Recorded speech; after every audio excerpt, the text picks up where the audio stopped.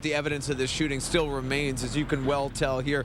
Bullet holes riddle the door here at 423 North Queen Street. Now I'm going to step out of the way. You can get a good idea of what's happening right now as we look, as firefighters are still dealing with this fire, and really in the last 5 minutes have really got a handle on what was a large-scale fire. Now on the span just below it, that's actually the 81 northbound ramp to 322. That's where the truck crashed yesterday, causing all of this fire and all of that heat and flames that actually torched the bridge above it. That gives you a good idea about just how hot that fire burned. Now, of course, directly below it, the lowest level of all of this, 81 northbound and 81 southbound. And I talked to family members just a short time ago.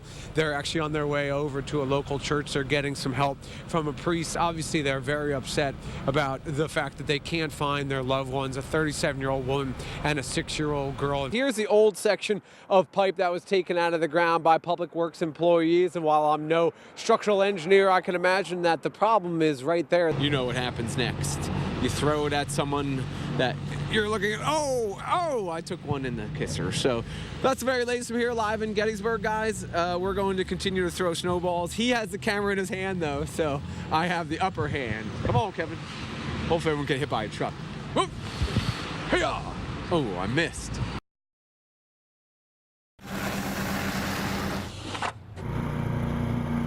I don't mind a little snowfall, but I'm ready for spring. No need to recheck that calendar. Spring is near, but Mother Nature proving today she's still in charge. I want to get back on my bicycle and ride, and can't do it in this kind of weather. The first flakes flying in Chambersburg just after 1 this morning. Snow pounding the square. Franklin County, the hardest hit. The white stuff keeping first responders and plow trucks on their toes. This is not bad. Dean Smolik out for his morning walk with Wilson. Their normal hour-and-a-half route, it's going to be a little shorter today. The snow blanketing the area roads, leaving Dean to make one bold prediction. The only bad part is it's slippery. And there's going to be some people hitting each other. This is a boost for March. Not everyone crying foul with the snow. Blowing, plowing, shoveling, meaning some extra cash for Todd Hornbaker's landscaping company. His original plans this week, spring cleanup. And even though that schedule's out the window, at least the money is still flowing. Going through the winter with no snow puts it hard on all the landscapers in the area because there's just really nothing to do. But this snow will help. We could have been killed. We could have been under all that rubble. Anything could have happened to us. Dion Guider and her husband were sitting inside their home at 310 Minnick Street Sunday night when this wall came crumbling down. I heard a boom, a big boom. So I just come running downstairs because I didn't know what was going on.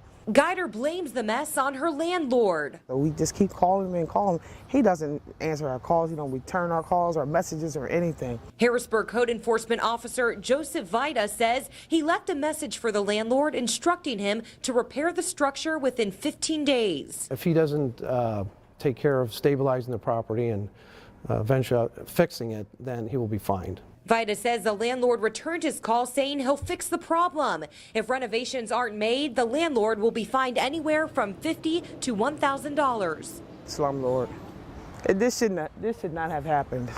These buildings are going to fall. Minnick Street neighbor Elijah Thames says he has a solution to fix the damaged homes in the city. You need to tear the buildings down, redesign cities, and store up these foundations. Meanwhile, the American Red Cross is assisting the Guiders because living here is not an option. I still can't believe it. I can't believe this. Look at this. In Harrisburg, I'm Rebecca Solomon, Fox 43 WPMT. 16-year-old Nathan Weaver is who you would call an all-star. Basketball, baseball, track, cross country, and now volleyball. But at the beginning of this year's baseball season, Nathan's versatility was held back. After a while, my arm just kind of dangled there. And the first 4 or 5 innings of that game, I was sitting there in pain. Nathan says catching a full game in cold temperatures contributed to his injury. According to sports medicine doctor Mike Cordes, overuse of a sport causes a majority of student-related injuries. So if we can teach somebody how to do something in a correct manner, be that a stretching technique, be that running, be that whatever it may be, we can perhaps prevent an injury. That makes sense. The CDC says high school athletes like Nathan account for an estimated 2 million injuries and 500,000 doctor visits each year. If you're into baseball, for example, you're going to see a lot of shoulder injuries, a lot of wrist injuries, upper extremity injuries. Football, you're going to see a lot of lower extremity injuries plus shoulder injuries. Basketball, you're going to see a lot of lower extremity injuries. Shortly following his injury, Nathan began physical therapy at Pinnacle Health in Harrisburg. And they showed me a bunch of workouts and exercises and stretches that I could use before each game. They worked back my arm strength. Dr. Cordes says if a student is injured during sports at school, there's a step to take before PT becomes a priority. You go, you see your trainer. That's the first thing on the hit parade. You need to see that trainer, and you need to be identified exactly what the injury is that you've incurred, and that treatment then can begin as quickly as possible with a physical therapist. Through therapy, Nathan says he's also walking away with a healthier overall vision of life. It actually got me into working out more in order to keep myself healthy, because last year was a little bit of a waking call that I'm not entirely invincible, you know. Try my hardest. Trying hard and achieving goals. My arm feels great, my leg feels great, my jumping ability got back up. Speed's, you know, a little bit shaky, but that's, you know, I'm a catcher. I don't really move that much. In Susquehanna Township, Dauphin County, I'm Rebecca Solomon, Fox 43 WPMT.